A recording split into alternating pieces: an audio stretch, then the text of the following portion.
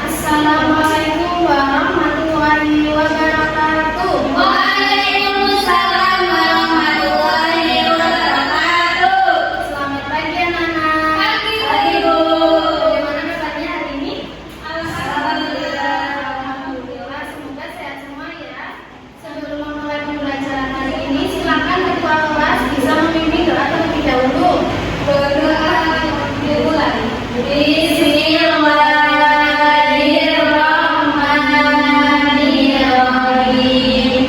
Raditu billahi rabban wa bil Islami dinan wa bi Muhammadin nabiyya wa rasulah. Rabbi zidni ilma warzuqni fahman. Amin. Amin. Selanjutnya itu absen dulu ya. Soalnya tulisan, email dan batu lain, isi ibu, singkat kainnya, Nadia Hidayat Syifa, India Abdul Rahman, saya Fisana, yang izin dari Melda. Baik anak-anak, hari ini kita akan melanjutkan materi minggu lalu. Ada yang bersingkat materi apa? Al-Quran. Hari ini kita akan membahas tentang tujuan dan fungsi Al-Quran.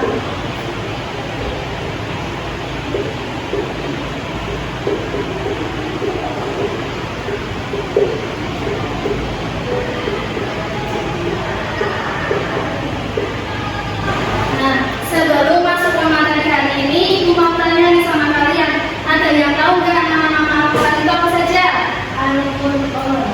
Iya, Al-Furqan. Al-Furqan itu artinya sebagai pembeda antara yang baik dan yang buruk. Kemudian ada juga Asyifa. Nah, Asyifa ini artinya sebagai obat atau penyembuh. Kemudian ada juga Az-Zikru. Nah, Az-Zikru ini artinya ia yang selalu disebut. Nah, dari anak-anak, jadi Al-Quran merupakan mukjizat terbesar Nabi Muhammad SAW. Nah, mukjizat sendiri merupakan suatu perkara yang luar biasa yang diberikan kepada Allah Subhanahu wa Ta'ala kepada para nabi. Nah, Allah Subhanahu wa Ta'ala berfirman dalam Quran surat Al-Hijr ayat 9 yang bunyinya A'udzubillahi minasyaitonir rajim. Bismillahirrahmanirrahim. Inna nahnu nazzalna dzikra wa inna lahu lahafizun. Yang artinya sesungguhnya kamilah yang menurunkan Al-Quran dan kami pula yang menjaga dan memeliharanya. Jadi anak-anak perlu kalian ketahui bahwa dari dulu sampai sekarang itu tidak ada yang bisa membuat Al-Quran. Mau dia profesor, mau dia doktor, mau dia ahli apapun, itu tidak akan bisa membuat Al-Quran. Karena Al-Quran itu merupakan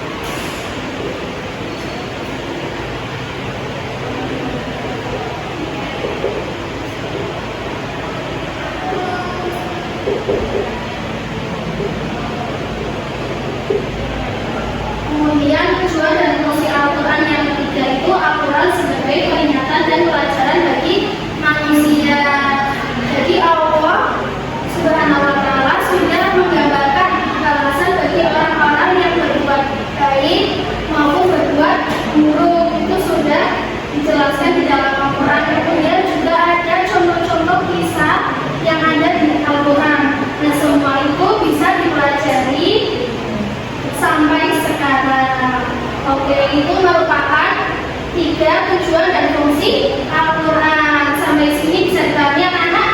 Bisa, Bu. Oke. Selanjutnya kita akan bermain games.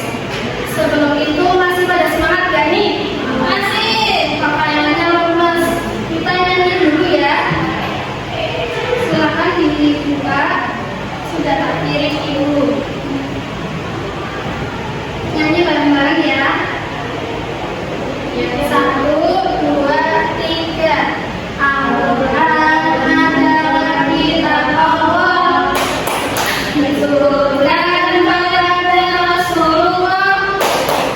114 itu jumlah suratnya, membacanya dapat pahala, menghafalnya sungguh asyiknya.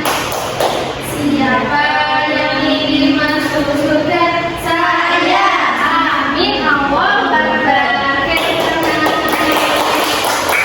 Nah, selanjutnya kita akan bermain games. Nah, gamesnya itu namanya kartu pasangan. Ibu jelasin dulu ya cara mainnya. Nah, di sini ibu sudah menyiapkan 2 kartu pasangan yang berisi pertanyaan dan jawaban. Nanti ibu bagi secara acak kepada kalian. Kemudian nanti cara mainnya itu seperti ini. Cobain dulu. Kalian harus mengatakan passwordnya dulu. Passwordnya bisa gimana pasanganku atau gimana sahabatku atau gimana temanku, itu terserah kalian. Contohnya seperti ini ya. Gimana pasanganku? Al-Quran diturunkan kepada Nabi. Kemudian nanti yang memegang jawaban tersebut harus fokus jawabannya itu apa. Nanti langsung mengangkat tangan. Nanti harus mengatakan passwordnya juga. Begini, aku pasanganmu. Al-Quran diturunkan kepada Nabi Muhammad SAW. Bisa dipahami? Oke, teman sekarang ya.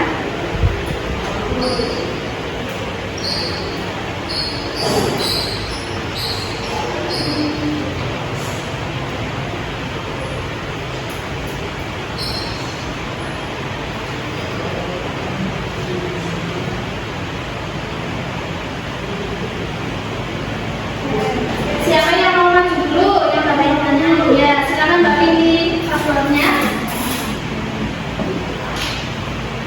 Ya, jadi passwordnya gimana pasanganku, gitu ya teman-teman. Nah, pertanyaannya, apa nama-nama lain Al-Quran? Aku pasanganku. Yang dia silakan. Al-Quran bisa disebut akibat Al-Quran, Habibu dan Syifa. Benar nggak teman-teman jawabannya? Benar.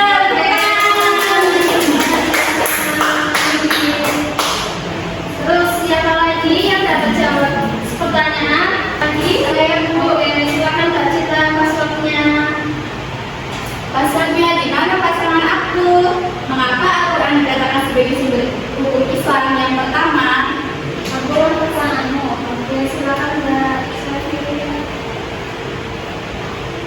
Jadi, karena Al-Quran merupakan landasan atau dasar hukum yang pertama dalam pengambilan hukum Islam. Oke, benar nggak nih jawabannya? Benar.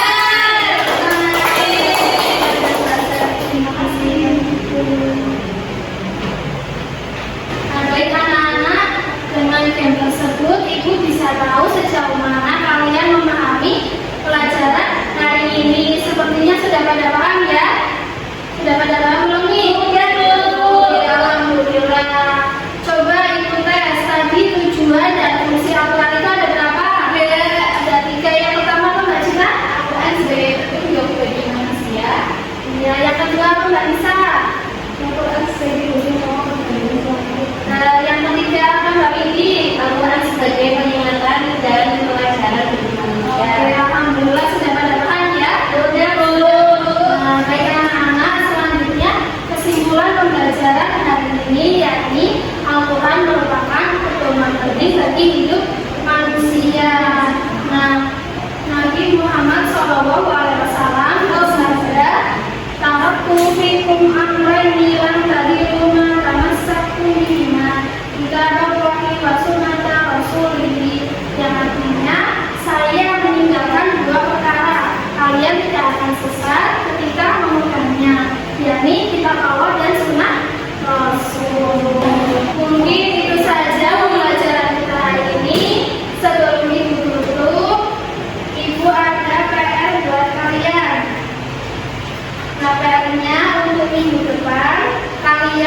menghafalkan surat Al-Alaq. Ada yang tahu surat Al-Alaq itu apa? Surat yang apa? Surat yang pertama turun